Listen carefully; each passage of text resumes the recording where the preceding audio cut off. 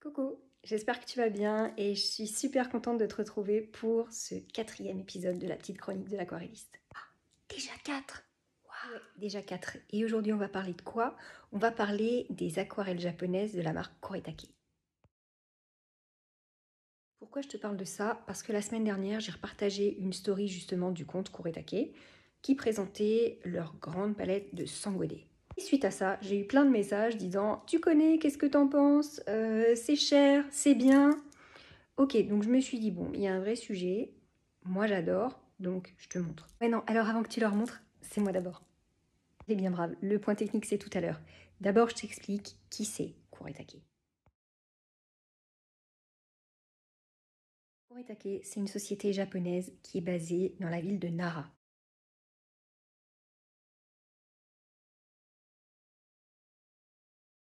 Nara, ça se situe dans la région du Kansai, sur la plus grande île du Japon, qui s'appelle Honshu. Aussi une société qui a été créée en 1902, et au départ, ils étaient spécialisés dans les encres pour le sumi-e. Sumi-e, c'est quoi, encore une fois? C'est ces aquarelles japonaises qui vont saisir l'essence même du sujet. Ces aquarelles, elles sont souvent toutes noires, avec parfois quelques petites touches de couleur. Maintenant, ils font plus juste ça. Ils se sont diversifiés, ils font aussi beaucoup de stylos, du matériel pour les mangakas et des aquarelles. C'est bon, je peux parler maintenant? Alors regarde, ça, c'est ma palette à moi. Donc, ce que tu peux lire ici, c'est Kansai Tanbi.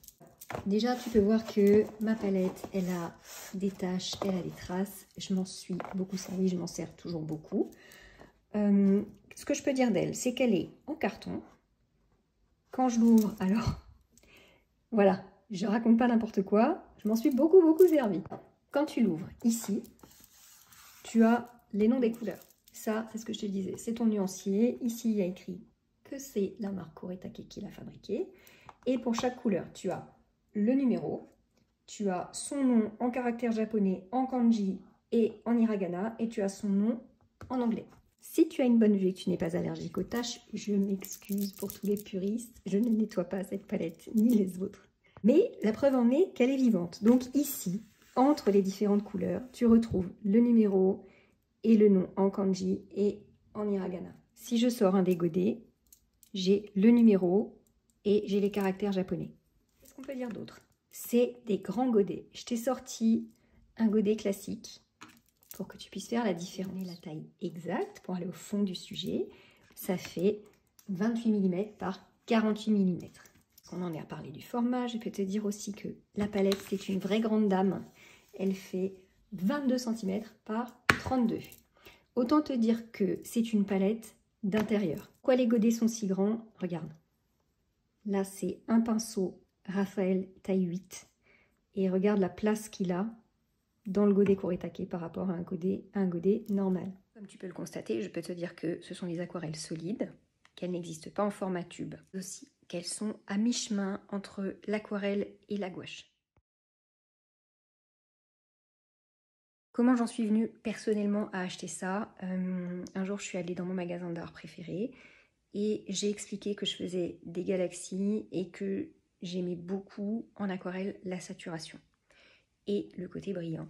La vendeuse m'a prise par la main en me disant « Alors, ce qu'il vous faut, c'est ça. » D'ailleurs, la marque, si tu vas regarder sur son site, recommande de ne pas les mélanger. Enfin, on peut les mélanger, si.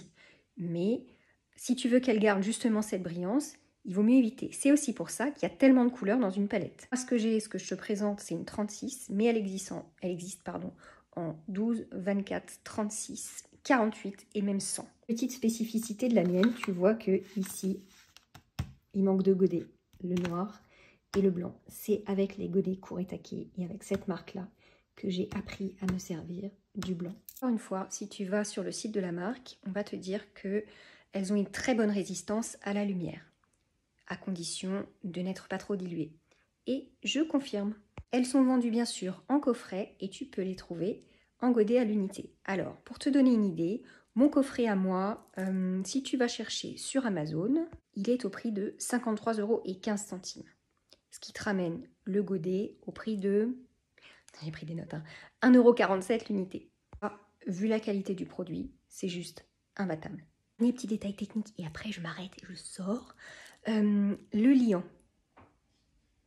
Le liant chez Kuretake, c'est de la résine. Non mais c'est important de le savoir. Allez, il est temps de passer à la démo. Je t'ai préparé mon swatch et je vais tester couleur après couleur. C'est parti.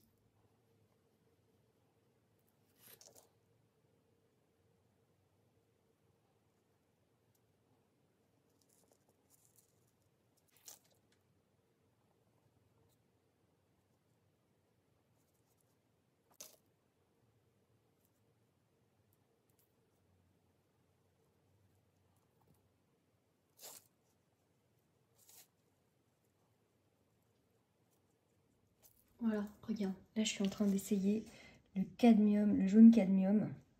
Et il pète, c'est un truc de fou. Il est d'une intensité incroyable. Honnêtement, je crois pas que j'ai un autre jaune comme ça. Là, je vais te montrer en fait le côté ultra crémeux. Je vais le rapprocher d'ailleurs. Quand tu prélèves la couleur, c'est hyper dense. Ce qui vient se mettre sur le pinceau.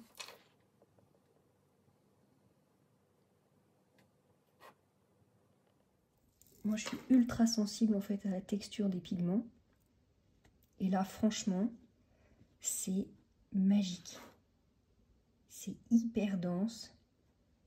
C'est crémeux, comme je disais. Moi, j'adore. Et là, ça granule et ça s'accroche dans le papier. C'est trop beau. On parlait de luminosité et de brillance. Là, on y est avec celui-là. Là, c'est vraiment ça. C'est un vert hyper lumineux. C'est un bonheur à travailler. Là, regarde cette dinguerie là. Je te fais un gros plan, mais... Alors, je te montre dans ma palette. Il est tué, c'est-à-dire que c'est une des couleurs que j'ai le plus utilisées. Et là, on comprend pourquoi. C'est une beauté de nuances, de granulation. Il est dingue. C'est une de mes couleurs préférées. Juste pour le kiff, hein. Je suis obligée, mais regarde. J'adore. Ok, je me suis marrée toute seule, il fallait que je la fasse. Bon, allez, je te montre.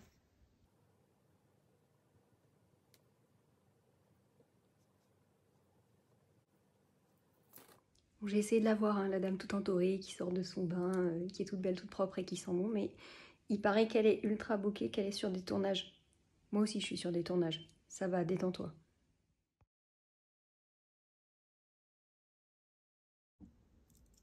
La première couche commencée hier a eu le temps de sécher. Alors tu vois, c'est du live. Ici, ça a bavé.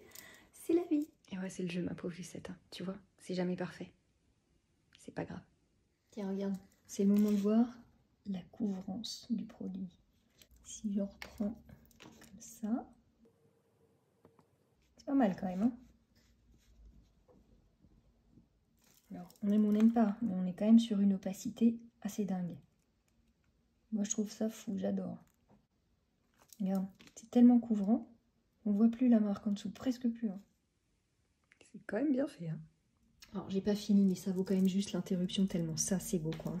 La profondeur de la couleur, la granulation, et ça, malachite, là, mais ça, c'est un truc de fou. Regarde ça. On dirait le T-1000 dans Terminator.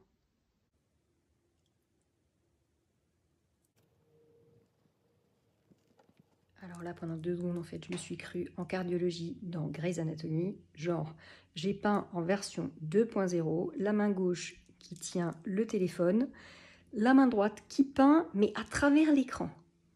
Pour une technophobe, moi je dis, belle perf quand même. Hein. Il est temps de faire un premier bilan. Alors je dis premier parce que je vais pas m'arrêter là. Hein. Après, je pense que je vais faire des mélanges aussi. On va voir. Alors, ça dit quoi? Ça dit que, déjà, c'est d'une brillance incroyable. Et ça, pour toutes les couleurs.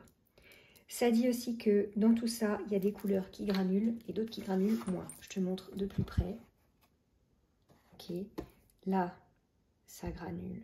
Là, ça granule un peu. Là, c'est dingue. Là aussi. Là aussi. Là, là, là. Bref. On va dire que à peu près moitié-moitié, ça granule. Okay. Je trouve aussi que entre la partie là-haut où j'ai volontairement chargé et la partie basse où je suis revenue simplement avec de l'eau, il y a une belle différence et que même quand elle est très diluée, eh ben, la couleur est très belle. Je te parle aussi des 3 métallisés qui sont en bas. Eh ben, franchement, elles envoient du bois. Hein. Ça, c'est métallisé. Le côté paillettes, c'est hyper fin. Vraiment, c'est de la belle aquarelle à paillettes. Juste pour le kiff, je te montre celle que je préfère. Alors, évidemment, là, là, là, là. Les bleus, ils sont dingues. Les violets, ils sont magnifiques. Je crois que là, on est vraiment avec celui-là aussi, là. Ces deux-là. On est vraiment sur mes préférences. Après, il n'y a pas de débat. Elles sont toutes magnifiques. Moi qui, pendant très longtemps, ai vraiment été mauvaise élève, c'est-à-dire que je ne faisais jamais de nuancier, et bien quand je fais ça et quand je vois ce que ça donne, j'ai envie de te dire que ça m'apprendra. Parce que franchement, entre la couleur que tu vois dans le godet et la couleur qui apparaît sur le papier, ça n'a rien à voir. Et vraiment, vraiment, je t'invite à le faire. D'ailleurs, la prochaine d'entre vous que je chope à faire la fainéante et à pas faire ça, franchement, je prends le train, je le tape sur les doigts. Pour voir ce que ça donne, je vais aller chercher mes couleurs préférées et voir ce que ça donne si on les mélange. Alors déjà sur le papier et après éventuellement en palette.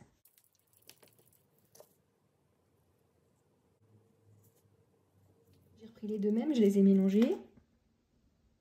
Mais regarde ça!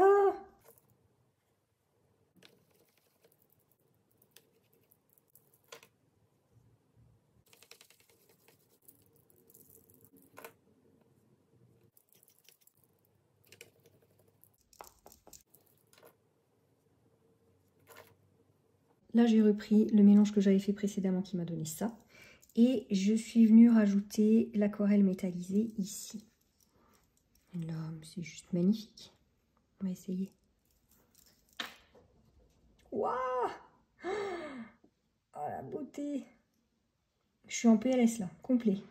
Oh. Je te jure, j'ai des vapeurs. Regarde ça, regarde, regarde, regarde, regarde, c'est démentiel. Pour finir sur les mélanges, moi le côté il faut pas le mélanger, je suis pas bien d'accord, hein, parce que je trouve que tout ce que j'ai fait là, il n'y a rien acheté. C'est toujours aussi puissant au niveau couleur, c'est toujours aussi brillant. J'ai obtenu des teintes assez faux folles, mais franchement ça se mélange sans problème et c'est canonissime, je suis ultra fan. Je reviens sur ça, ça a eu le temps de sécher et je constate quand même qu'au séchage, effectivement, même si l'intensité est là, on a moins de brillance que lorsque c'est utilisé tout seul. Okay, néanmoins, les couleurs restent mais vraiment super canon. Je vais te montrer ça. En fait, ça c'est le noir que moi je n'ai plus. Tu vois, la case elle est là, elle est vide. Mais utilisé seul et presque pur, on est quasiment sur de l'encre. C'est un truc de dingue. Le noir est super intense.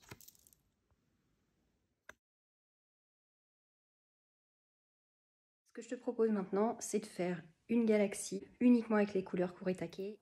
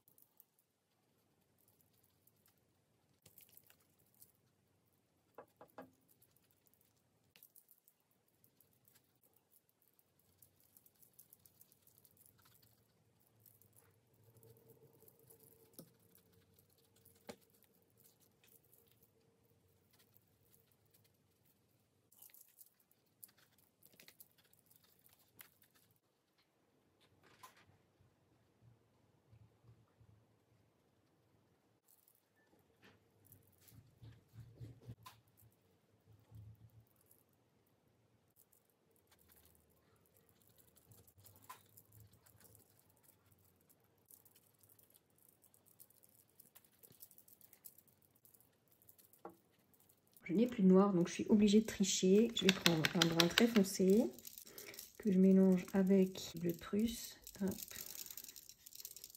Il faut faire attention que ça ne donne pas de la gadoue, mais c'est pas mal.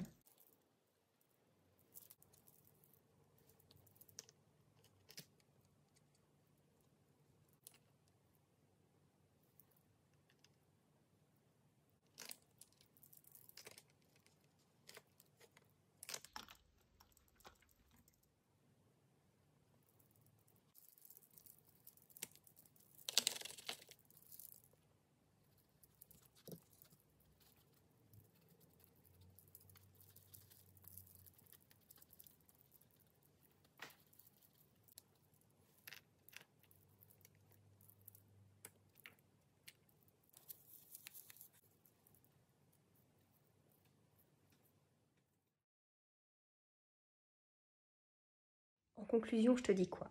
Je te dis que c'est des couleurs ultra brillantes, qui se travaillent aussi bien en saturation que dans la légèreté de l'aquarelle comme on la connaît chez nous à l'occidental. Je te dis aussi que tu peux très bien superposer les couches comme moi je le fais pour mes galaxies. Si demain je devais me racheter une palette Kuretake, je cours sans problème, je rachète. Pourquoi? Parce que c'est du matériel qui est beau, qui est de qualité et dont le prix, le rapport qualité-prix reste, comme je l'ai déjà dit, imbattable. Enfin, je termine par te remercier pour avoir regardé cette vidéo jusqu'au bout. J'espère que tu auras appris quelque chose, que ça aura embelli le cours de ta journée. Je te dis à très vite pour une 5e petite chronique de l'aquarelliste. Allez, à bientôt. Salut, salut.